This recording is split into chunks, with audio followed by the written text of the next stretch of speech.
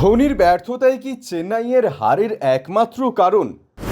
খুঁজে দেখল ইউজে নিউজ। চলতি আইপিএলে খারাপ ফর্মে রয়েছে চেন্নাই।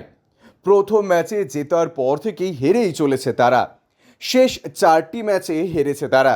শুধু তাই নয়, প্রতিটি হারই এসছে রান তাড়া করতে গিয়ে। এবার ঘুরে দাঁড়াতে না পারলে এই মরশুমেও আইপিএলের প্লে অফে উঠতে পারবে না চেন্নাই। সমস্যা হচ্ছে কোথায়? মহেন্দ্র সিং ধোনিদের খোঁজার চেষ্টা করলো ইউজে নিউজ। চেন্নাইয়ের টপ অর্ডারে রয়েছেন রচিন রবীন্দ্র, ডেভন কনওয়ে, ঋতুরাজ গাইকোয়াড়, রাহুল ত্রিপাঠীর মতন ব্যাটার।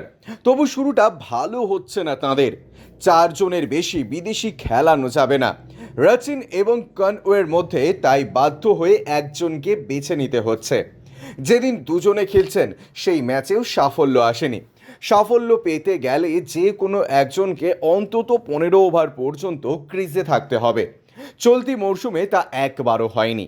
দিল্লির বিরুদ্ধে আগের ম্যাচে 3 জনেই পাওয়ার প্লের আগে সাজঘরে ফিরে যান। কোচ স্টিফেন ফ্লেমিংও হতাশ হয়ে বলেছেন, অন্তত 1-2জনকে দরকার যারা ফর্মে রয়েছে। বাকি দলগুলোর প্রথম 4 ব্যাটারি সবচেয়ে বেশি রান করছে, আমরা সেখানে মার খাচ্ছি। চেন্নাইয়ের 4টি ম্যাচেই হার এসছে রান তাড়া করতে গিয়ে।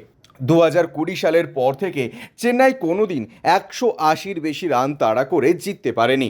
এবারেও সেটাই হচ্ছে। রাজস্থান 182 এবং দিল্লি 183 তুললেও চেন্নাই তার আগেই আটকে গিয়েছে।